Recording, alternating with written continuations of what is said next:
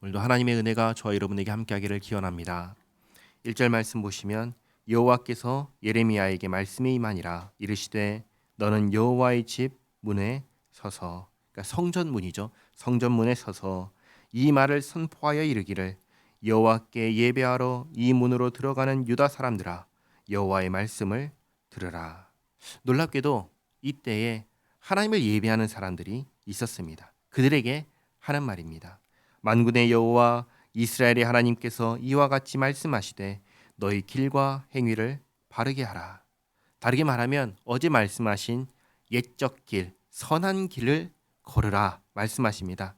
옛적 길, 선한 길은 무엇입니까? 십계명입니다. 하나님을 사랑하고 이웃을 사랑하는 것입니다. 하나님을 사랑하는 것이 예배로 나타났다면 이웃 사랑은 바른 행위로 나타나야 하는 것입니다. 그래서 3절에 그리하면 내가 너희로 이곳에 살게 하리라. 너희는 이것이 여호와의 성전이라 여호와의 성전이라 여호와의 성전이라 하는 거짓말을 믿지 말라.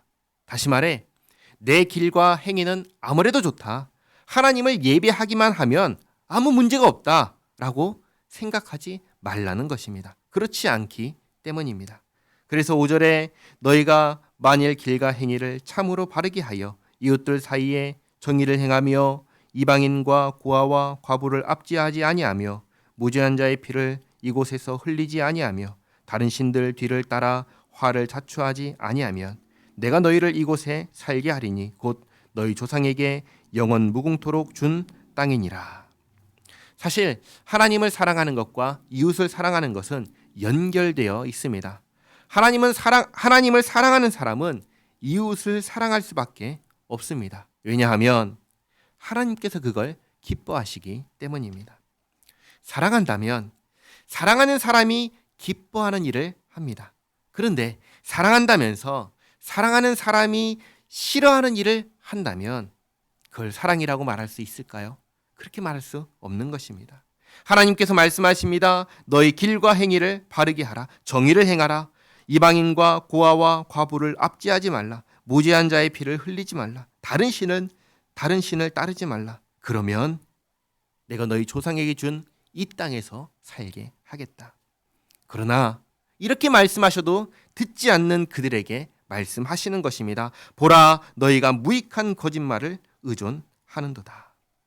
하나님을 예배하는 이들이 의존하는 무익한 거짓말은 무엇일까요? 9절에 너희가 도둑질하며 살인하며 간음하며 거짓 맹세하며 바알에게 분향하며 너희가 알지 못하는 다른 신들을 따르면서, 이게 다 뭐예요?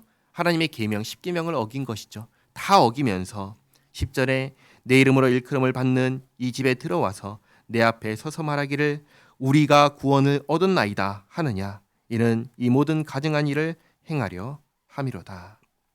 하나님의 말씀을 듣지 않으면서 하나님께서 하지 말라고 하신 일들을 아무런 양심의 가책이나 죄의식 없이 하면서 우리는 하나님을 예배한다, 우리는 구원을 얻었다라고 말하고 있는 것입니다. 거짓말이 뭐냐? 우리가 구원을 얻었다는 말입니다. 하나님을 예배하는 것 정말 중요합니다. 그러나 하나님의 말씀을 듣지 않으면 그것은 하나님을 예배하는 사람이 아닌 것입니다. 하나님의 말씀을 듣는 것과 하나님을 예배하는 것은 같이 가는 것입니다. 이 둘은 결코 분리할 수 없는 것입니다. 예를 들겠습니다. 인간 왕이 있습니다. 왕의 백성이 자기 왕에게 경배를 합니다. 왕이 자기 백성에게 명령을 합니다. 경배하던 왕의 백성이 왕에게 이렇게 말합니다. 왕이시여, 그건 내가 원하는 거 아닙니다. 나는 당신의 말을 듣지 않겠습니다. 이게 말이 되나요? 내 왕이라고 하면서 나의 왕에게 경배하면서 그 왕이 하는 명령을 듣지 않는 왕의 백성, 그 모습을 보면 어떻게 할까요? 내버려 둘까요? 아니죠. 그런데 이렇게 말도 안 되는 짓을 하나님 앞에서 하고 있는 것입니다. 하나님의 말씀을 듣지도 않으면서 하나님을 예배하는 것은 사실상 하나님을 모욕하는 것과 같습니다. 그러면서 어떻게 우리가 구원받았다고 말할 수 있을까요?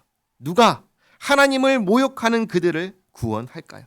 누가 하나님께 불순종하는 그들을 구원할까요? 11절에 내 이름으로 일컬음을 받는 이 집이 너희 눈에는 도둑의 소굴로 보이느냐? 보라, 나 곧 내가 그것을 보았노라. 여호와의 말씀이니라. 하나님의 눈에는 도둑의 소굴로 보인다는 말씀입니다. 너희는 내가 처음으로 내 이름을 둔 처소 실로에 가서 내 백성 이스라엘의 악에 대하여 내가 어떻게 행하였는지를 보라. 처음에 이스라엘이 가나안 땅을 정복했을 때 하나님의 성막은 어디에 있었냐면 실로에 있었습니다. 그런데 실로는 무너지고 예루살렘이 새로운 하나님의 처소가 되었습니다. 실로가 무너지기 전에 실로에서 행하던 일과 같은 일이 지금 예루살렘에서도 일어나고 있는 것입니다. 그래서 13절에 여호와의 말씀이니라 이제 너희가 그 모든 일을 행하였으며 실로에서 했던 일들을 지금 여기 예루살렘에서 하고 있으며 내가 너희에게 말하되 새벽부터 부지런히 말하여도 듣지 아니하였고 너희를 불러도 대답하지 아니하였느니라. 그러므로 내가 실로의 행함같이 너희가 신뢰하는 바 내 이름으로 일컬음을 받는 이 집 곧 너희와 너희 조상들에게 준 이곳에 행하겠고 이 집 예루살렘 성전은 실로와 같이 무너질 것이고 내가 너희 모든 형제 곧 에브라임 온 자손을 쫓아낸 것 같이 내 앞에서 너희를 쫓아내리라 하셨다 할지니라. 아멘. 하나님을 예배하는 사람들이 있습니다. 그러나 그들의 관심은 하나님이 아니었습니다. 그들의 관심은 내가 구원받았다라는 부분에 있었습니다. 그들은 하나님을 예배하지만 하나님의 말씀에는 관심이 없었습니다. 그래서 하나님께서 하지 말라고 하시는 일들을 하면서 하나님께서 싫어하는 일들을 하면서 아무렇지도 않았습니다. 하나님께서 혐오하는 짓을 하는 사람이 하나님을 예배하고 있습니다. 하나님께서 이런 사람의 예배를 받으실까요? 하나님께서는 이사야를 보면은 아주 분명하게 말씀하셨습니다. 이사야 1장 13절 말씀인데요. 제가 읽어드리겠습니다. 헛된 재물을 다시 가져오지 말라. 분향은 내가 가증히 여기는 바요. 월삭과 안식일과 대회로 모이는 것도 그러하니 성회와 아울러 악을 행하는 것을 내가 견디지 못하겠노라. 하나님께서는 자기 백성에게 너의 길과 행위를 바르게 하라고 말씀하십니다. 그것은 정의를 행하고 이방인과 고아와 과부를 압제하지 않으며 무죄한 자의 피를 흘리지 않는 것입니다. 그리고 다른 신을 따르지 않는 것입니다. 하나님께서 기뻐하시는 바를 오늘 분명히 알게 하셨으니 우리의 삶에 하나님께서 기뻐하시는 모습들이 나타나기를 바랍니다.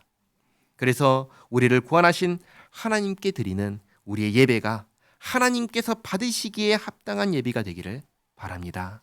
기도하겠습니다. 좋으신 하나님, 하나님을 예배하는 자들에게 너희 길과 행위를 바르게 하라 하신 말씀을 들었습니다.